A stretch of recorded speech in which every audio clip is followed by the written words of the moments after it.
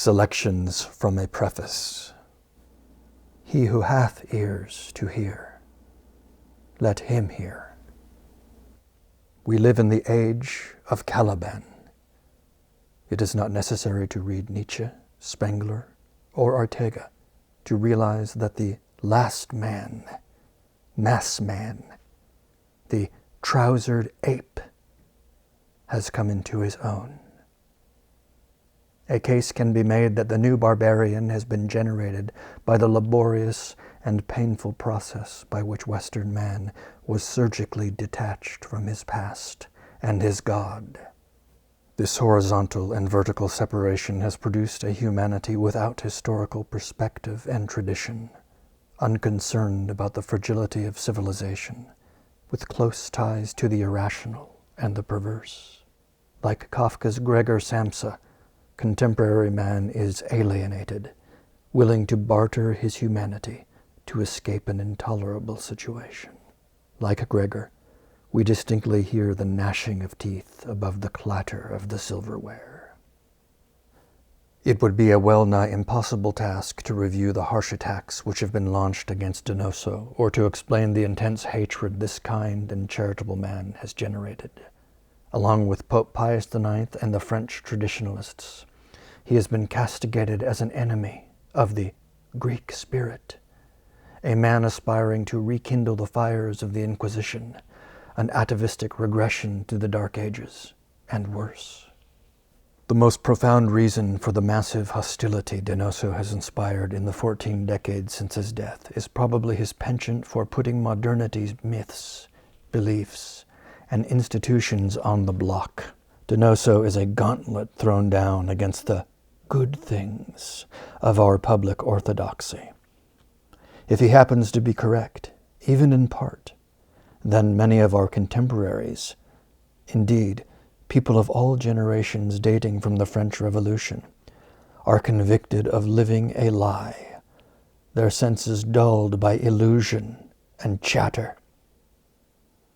Is it possible that mankind is blundering into a totalitarianism disguised as a humanism, based on the democratic principle of the greatest good for the greatest number?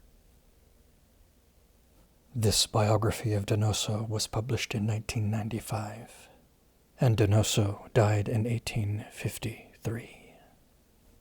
Let's read that last sentence again.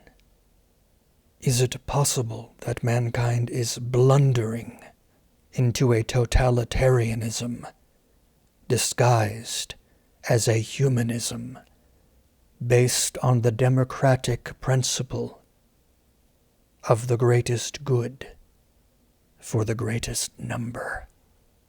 In other words, an anti-human totalitarianism based on rank, godless, materialist utilitarianism. Sound familiar? The death of his brother Pedro in 1847 and the Year of Revolutions, 1848, completed Donoso's metanoia, that is, conversion, turning around. The enemy was now revolution. Europe was in the grip of a revolutionary fever that showed little sign of diminishing and that generated a burgeoning neo-paganism. Donoso viewed this neo-paganism as the malevolent double of Christianity, a parody drawing its considerable strength from its source. The state begins to recover the terrible omnipotence it once possessed. Reason is enthroned as the national god. Let's rewrite that last sentence like so. Experts are enthroned as the national gods. Experts with names like Dr. Fauci. Limit and boundary vanish with the enfeeblement of the church and the waning of religious belief. Force becomes the only ruling principle. But revolution is also the instrument of a higher power, and it flows along the grooves determined by providence. He rejects popular wisdom to affirm that revolution is caused by the exacerbated desires of masses exploited by demagogues. Overwhelmed by the contradictions of a modernity which rejects dogma and entrusts the weightiest questions to the determination of public assemblies and the press, Donoso saw the result as global catastrophe. Truth and error are conflated. Society enters into a realm of shadows, deliberate deception, and pervasive illusion. Religion, the only hope for humanity, and by this he means specifically and only Catholicism, has been discarded. This hierarchical upset is reflected in the corruption of society at large. It should come as no surprise that the media have come to be the most respected authority. Their very essence is illusion.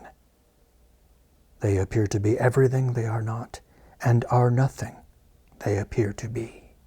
That is, truth-tellers, that is, arbiters of facts, and fighters of disinformation and misinformation. Incapable of grandeur or heroism, liberalism is, in Donoso's eyes, the breeding ground of socialism, which takes the liberals' common rationalist credo to its ultimate conclusions. Both liberalism and socialism ignore the organic character of society, its historical building up through sedimentation, and any connection between past and future. While liberalism proposes laissez-faireism, defined by Donoso as pagan egotism without the virility of pagan hatred, socialism glories in the vaguest and most abstract of solidarities, that of simply being human, while eschewing the familial, religious, and professional associations which provide the necessary ground and support of all human solidarity. Donoso viewed socialism as the polar opposite of Christianity. Socialism, he said, rejects the Christian notion of grace and replaces it with absolute autonomy. My body, my choice. It trades in revelation for the omnipotence of reason, divine providence for the sovereignty of mankind. Socialism is rationalistic, democratic, and atheistic. Donoso did harbor a grudging admiration for socialists, inasmuch as they propose radical solutions and penetrate to the depths of things.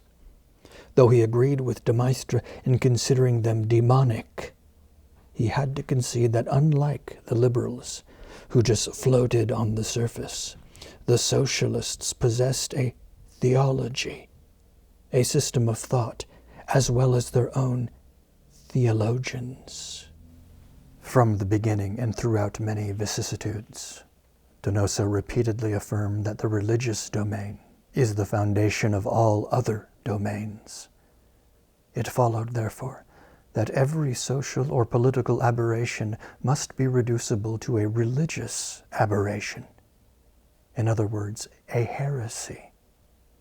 The plethora of modern errors was the outcome of two principal heresies, the denial of sin and the denial of providence. Liberalism ignored the existence of sin and its chilling effects. Socialism denied that sin exists, affirming that human nature is good and that evil is generated by institutions. Socialism, in proclaiming mankind's immaculate conception, was simply drawing out the ultimate consequences of the pantheism espoused by liberalism and reflected in the hubris of the masses aspiring to universal domination. A cataclysm was approaching. All events, all ideas were converging to produce it. Defense strategies were doomed, since liberalism and socialism had destroyed the very concept of authority.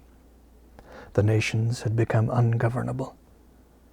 Donoso resembles Calhoun in his conviction that unlimited freedom and equality are noxious, that government becomes despotic and absolute to the extent that the people become debased and corrupt. He maintains that only two kinds of repression are possible: inner, religious, and outer, political. As religion loses its hold on the masses, political repression will necessarily keep increasing to the point of generating a monstrous tyranny. This tyranny will be nurtured by those very acts of religious and moral emancipation which are the boast of modernity, acts which grow all the more oppressive as the last vestiges of Christianity are excised from society. The possibility of resistance has been weakened by the corrosive effect of the media, the destruction of patriotism, and apoplectic centralization. The coming tyranny will be, in the words of Donoso's original Spanish text, gigantesco, colossal, inmenso. To the contemporary eye, Donoso's speculations may seem archaic and pessimistic to an extreme, analogous to Goya's black sketches. But if he was right in characterizing his epoch as the absurd competing with the grotesque, and in entertaining little hope on a purely natural level, this negative realism is balanced by a larger view in which evil is ultimately defeated by means of direct divine intervention. Donoso was influenced by many, above all, especially in his later years, by St. Augustine. He appropriated Augustine's majestic themes and incorporated them into his thought, in typically arbitrary fashion. Donoso admitted to being a divided man, with one foot in the world and the other in the cloister. Few men have had the agonizing task of reconciling such glaring opposites: severity with meekness, lordliness with tact, sensuality with spirituality, pride with humility. Donoso died as he had lived, in poverty of spirit amidst the splendors of the Spanish embassy in Paris. Be sure to see the links below this video.